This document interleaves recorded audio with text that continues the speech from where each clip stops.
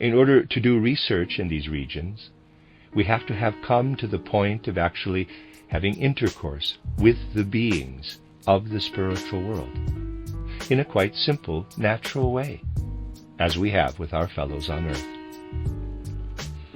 Only when we have attained this much will we come to perceive and understand the connection between these initiates of whom I have told you and their pupils. Such a pupil, for example, as Raymond Lull, who lived from 1235 to 1315, and who, according to what history can tell of him, leaves us full of doubts and questions. What you can learn of Raymond Lull by studying historical documents is indeed very scanty. But if you are able to enter into a personal relationship with Raymond Lull, you will allow me to use this expression, perhaps in the light of all I have been telling you blatantly in the last 14 days, it will not now sound paradoxical. If you are able to do this, then he shows himself to you as someone quite different from what the historical documents make him out to be. For he shows himself to be preeminently a personality, who under the influence and inspiration of the very initiate of whom I have spoken to you, made the resolve as a neophyte to use all his power to bring about a renewal in his own time of the way that the mysteries of the world, of the Logos, had lived among people in bygone ages. And he set himself to do this by means of that self-knowledge for which, as I have been telling you, so powerful an impulse was working in the 12th and 13th centuries. It is in the light of his resolve that we should read his title Ars Magna. Raymond Lull said to himself, quote, "When a human speaks, then what we have in speech is really a microcosm. What we utter in speech is in truth the whole human being concentrated in the organs of speech. The secret and mystery of each single word is to be sought in the whole human being, and therefore in the great world, in the cosmos." Close quote. And so, Raymond Lull came to see that we have to look for the secret of speech, first of all, in ourselves, by diving down, as it were, from the mere speech organs into the whole organism of the human being, and then into the cosmos. For the whole human organism can be explained and understood only out of the cosmos. Let us suppose, for example, we want to understand the true significance of the sound ah, as in father. The point is that the sound ah, which comes about through the forming and shaping of the outgoing breath, depends on a certain posture or gesture of the etheric body, which you can easily learn to know today. Eurythmy will show it to you, for this attitude of the etheric body is carried over in eurythmy to the physical body and becomes the eurythmic movement for the sound ah. This was not by any means fully clear to Raymond Lull. With him it was all more of an intuitive divining. He did, however, come so far as to allow the inner attitude or gesture of the human being out into the cosmos, and then to say, for example, if you look in the direction of the constellation of Leo, and then in the constellation of Libra, the connection between the two lines of vision will give you ah. Or again, say you turn your eyes in the direction of Saturn. Saturn stops your line of vision, gets in the way. And if Saturn stands in front, for example, of Aries, you have, as it were, to go around Aries with Saturn. Then you receive from out of the cosmos the feeling of oh. Intuitive perceptions of this nature led Raymond Lull to find certain geometric figures, the points and sides of which he named with the letters of the alphabet. He was quite sure that when we experience an impulse to draw lines in the figures, diagonals, for instance, across a pentagon, uniting the 5 points A, B, C, D, E in different ways, see Plate 4, then we need to see in these lines different combinations of sounds, and these combinations of sounds expressed for him certain secrets of the universe, of the cosmos. Thus did Raymond Lull look for a kind of renaissance of the secrets of the Logos, as they were known and spoken of in the ancient mysteries. You will find all this totally misrepresented in the historical documents. When, however, we enter, little by little, as it were, into a personal relationship with Raymond Lull, then we come to see how, through all these efforts, he was trying to find again the solution of the riddle of the cosmic word. And it is a fact that the pupils of the medieval initiates continued for several centuries to spend their lives in endeavors of this kind. It was an earnest and intensive striving, first to immerse ourselves in the human being, and then to come forth from the human being and rise up into the secrets of the cosmos. Thus did these wise persons, for we may truly call them so, seek to unite revelation with nature. In the centers of the ancient mysteries, something like the following was said: "Remember, O man, that before your descent to earth you had need of powers that were built up by the moon, through the fact that the lunar beings gazed upon the other planets of the planetary system. You have to thank the powers of the moon derived from Tuesday, Woden's Day, Thor's Day, Freya's Day, etc., for the special configuration assumed by your etheric body when it descended into your physical body." I have explained on many occasions how it was that the moon separated at one time from the earth. It was not only physical substance that passed out into the cosmos, but I explained how those ancient beings who lived at one time on the earth, not in any kind of physical body, but in a spiritual form, how they were the original teachers of humanity, and withdrew along with the moon into cosmic space, and that there they established a kind of colony on the moon, so that we must distinguish on the moon between its physical etheric and its psycho-spiritual nature. Only this latter is not a unity, but a multiplicity. The whole spiritual life of the moon is dependent on the manner in which the beings dwelling in the moon look from their lunar standpoint out on the surrounding cosmos, how they regard the world around them. And if I may express myself in a pictorial way, I might say, the spiritual beings of the moon turn their attention first to what is of the greatest importance to them, to the planets belonging to our planetary system.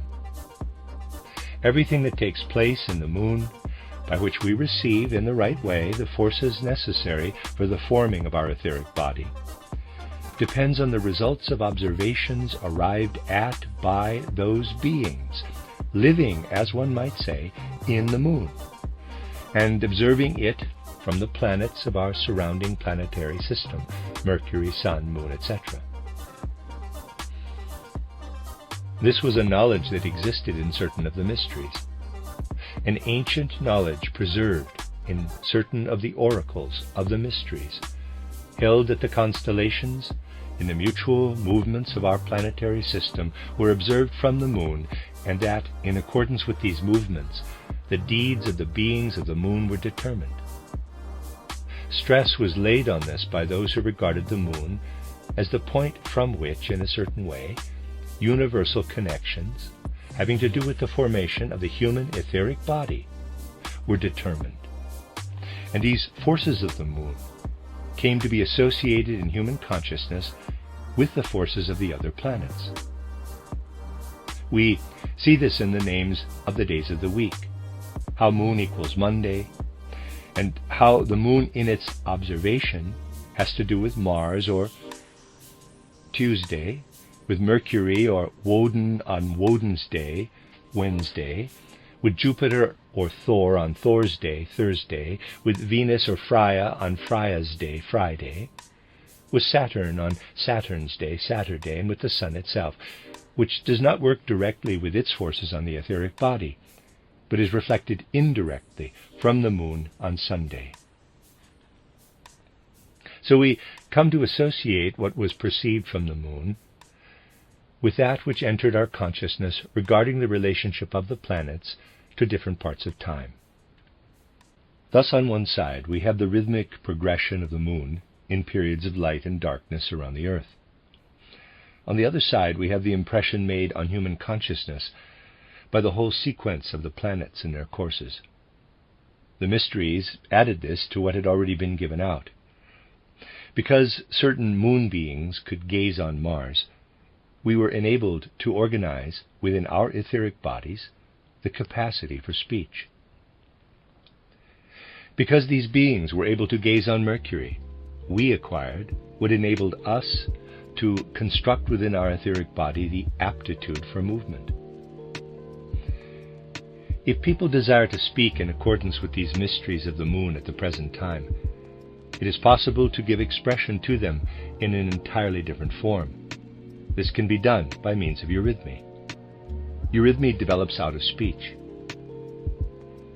Having investigated the mysteries of language, by allowing the moon beings to instruct us in what they are able to observe when gazing on Mars, we make further investigations.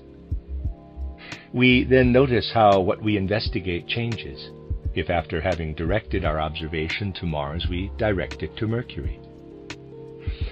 Thus, when we turn from what the moon beings experience through Mars to what they experience with regard to Mercury, we pass from the human aptitude for the production of sound to the human aptitude for eurythmy. This is to explain the matter in its cosmic aspect.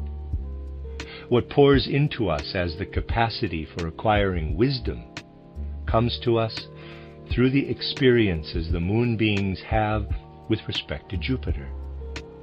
All that permeates our souls as love and beauty, we receive through the experiences that come to the moon beings from Venus.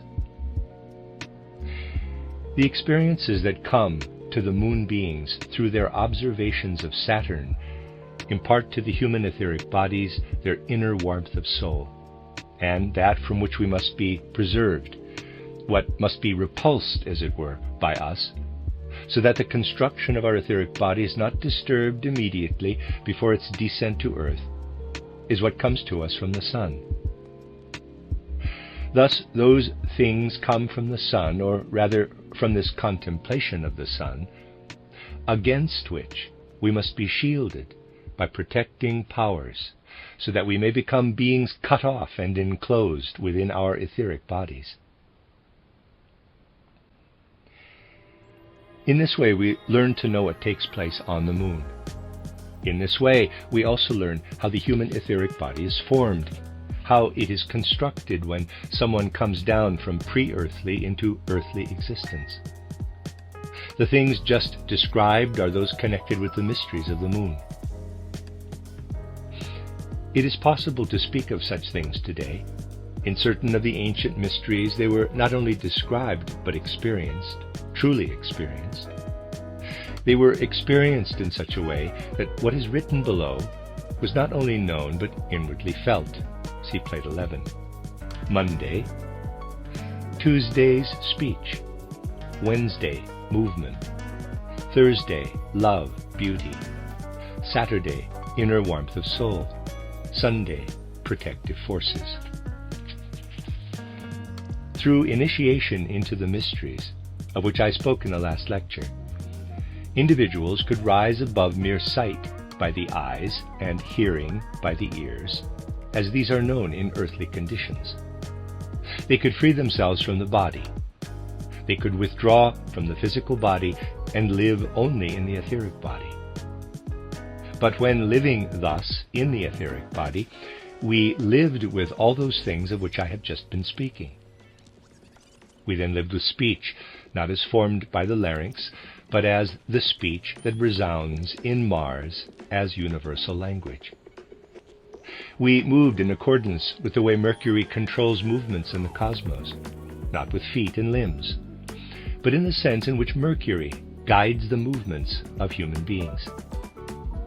We did not attain to wisdom then with such trouble as is customary in the years of a child's education today, and which in this materialistic age is unwisdom. Rather, We lived directly in the wisdom of Jupiter, because we were able to unite ourselves with the moon beings who gaze on Jupiter. When we were initiated in this way, we were actually and entirely within the rays of the moon's light. We were not beings living in flesh and blood on earth. We had left the earth and dwelt as beings in the moonlight, but in moonlight that was modified and transformed by what lived in the other planets of our planetary system.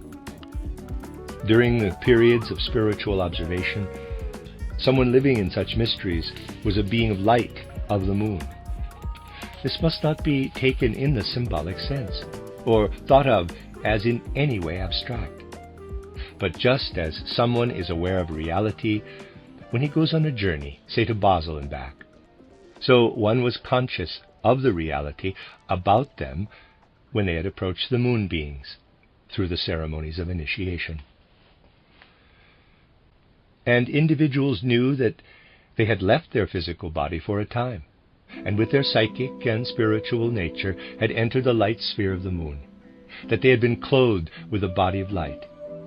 And because united with the moon beings, they had gazed out into the wide spaces of the planetary worlds and had actually been able to perceive what is possible to discover there. And what was it they saw?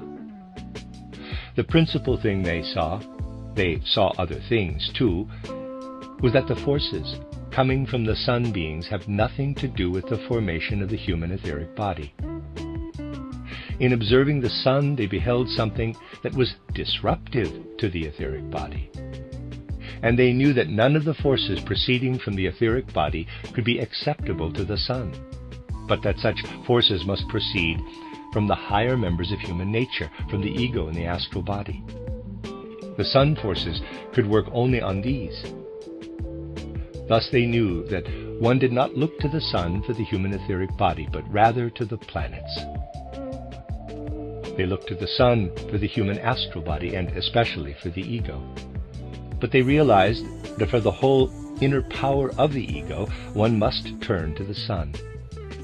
This was the second fact that came to us through initiation into the recurring mysteries of the moon. The fact that in the etheric body we belong to the planetary system, and that for the forces of strengthening and permeating the ego and the astral body, we must look to the sun.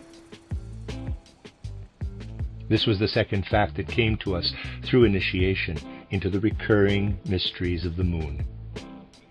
The fact that in the etheric body we belong to the planetary system, but that for the forces of strengthening and permeating the ego and astral body, we must look to the sun. The actual result of this initiation was that a person felt themselves to be one with the moonlight, but that through the moonlight existence of their own being, they could gaze into the sun. They now said to themselves, "The sun sends its light to the moon, because it must not impart it directly to humanity. We receive the moonlight united with the forces of the planets. From these, we construct our own etheric body." These secrets were known to anyone who had been initiated in this manner. By this they knew to what extent they bore the power of the spiritual sun within them. They had seen it. They had reached a consciousness of the extent to which they bore the spiritual sun within them. This marked the degree of initiation that they had gained, and by which we became a bearer of the Christ, which means a bearer of the sun being, not a receiver, but a bearer of the sun being. In the same way as the moon, when it is full, is a bearer of the sunlight, so such a person was a bearer of the Christ, a Christophorus. Initiation to this degree was therefore an entirely real experience.